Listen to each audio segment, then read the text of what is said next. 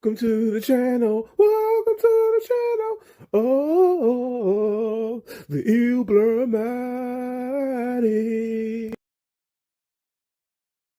Welcome back to Ilblurmatic, and today we got a new video and a movie review on the new movie I saw over the weekend on Netflix titled Gunpowder Milkshake. Yes, the name sounds a little crazy. It's saying sweets with some action, right? So let's get right to this film. So this film starts off with the actress Karen Gillian that plays a character called Sam. I have to say, the movie starts off very interesting. Karen just completing a job, and she closes the door behind the job that she's finishing. Very interesting kind of beginning, you know what I'm saying, to start off a movie. I was like, wow. Also, we see in this movie, we are introduced to the universe of this movie, the diner. Let's talk about the diner. So the diner is this place that's very reminiscent of, if you have seen the movie John Wick, you know what I'm talking about. The diner reminded me of something of the continents that we see in John Wick. There are rules that you have to abide by when you enter the diner, because it's pretty much like the place, the network of the underworld assassins, okay? What I liked about this film, we learned about Sam's relationship with her boss a little bit. He's a little bit on the, paranoid side. Say, I got things to do. You don't complete this job, you're gonna get in trouble. But we learned that Sam's mother, Scarlett, abandoned her at the diner. Because when you see the scene with her sitting by herself, and I'm like, who is she waiting on? And they get into like a flashback scene showing her and her mother when they were younger and what had happened. And literally her mother having to leave abruptly. And pretty much she becomes the boss. You know what I'm saying? The boss looks after the firm. And the firm is pretty much this group of like hitmen that are assassins.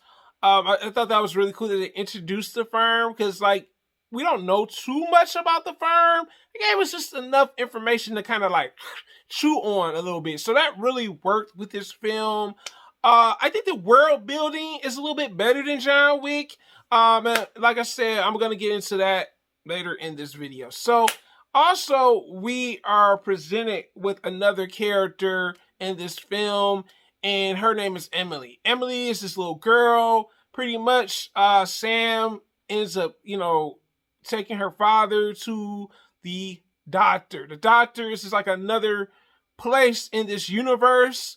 Very, like I said, similar to John Wick, but a little different. Where hitmen can come, or assassins could come and really do their thing there. But also we're introduced to Scarlett's friends, her mother's friends.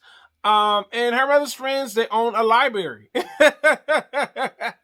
I was like, wait a minute, they own a library. We got the diner, you know what I'm saying? We got the firm. So I like the world building. The world building is very interesting. The library is the place where they go pick up weapons, you know what I'm saying, to pretty much borrow. It's like you're borrowing weapons for a library. I thought that was kind of cute and silly at the same time. But I gotta say, what happens is now the firm turns on Sam, because pretty much, the boss said, hey, you didn't complete the job. You let this man live. Now I gotta send my 3 people, my 3 assassins to come kill you. And I love how Karen like literally does the different stunts and stuff. Like Gunfu has become very popular. And like she's fighting off the 3 men. And I love the first time she fights them, because like she's literally in a bowling alley. They're nuking it out at a bowling alley, right? Then we have the other situation where Karen has to find out where's Emily. Emily is the little girl of the man that she left in the hospital. He ends up dying in the hospital, not the hospital, excuse me, the doctor's office, excuse me. And literally, she ends up having to rescue Emily. They're looking for the information that pretty much that Sam's character had inside a panda bear like traveling bag. Okay, lots of information, and information pretty much was what they were after. Pretty much that kidnapped Emily. Emily's kidnappers were all in like Halloween masks. Don't ask me why, because this is a silly film, right?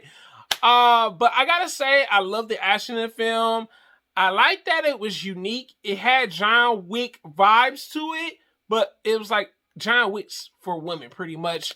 The story was interesting. It wasn't super detailed or anything. Gunfu movies, I usually don't get where it's like it's gonna be super complicated. But there's gonna be some stuff in there that makes it interesting.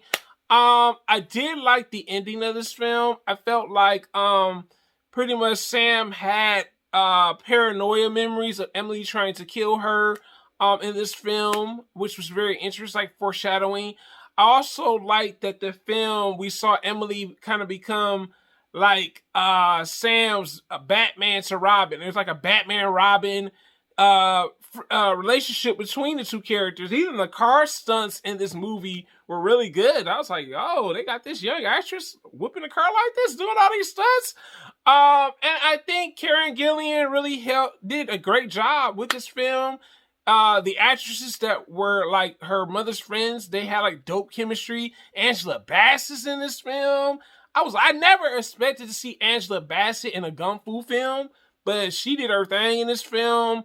Like I said, I really enjoyed the film for what it was. It's more comedy, it's action in it too. But I really gotta say, I'm giving Gunpowder and a Milkshake, you heard the final verdict, and it is a 4 out of 5 for me. Like I said, I like Gunfus. Each Gunfu I've watched so far has been very interesting. Have you seen Gunpowder Milkshake? Have you or have you not? Until next time, guys, your boy Ill Blur Matic. Guys, have a great day. I'm out. Take care, guys.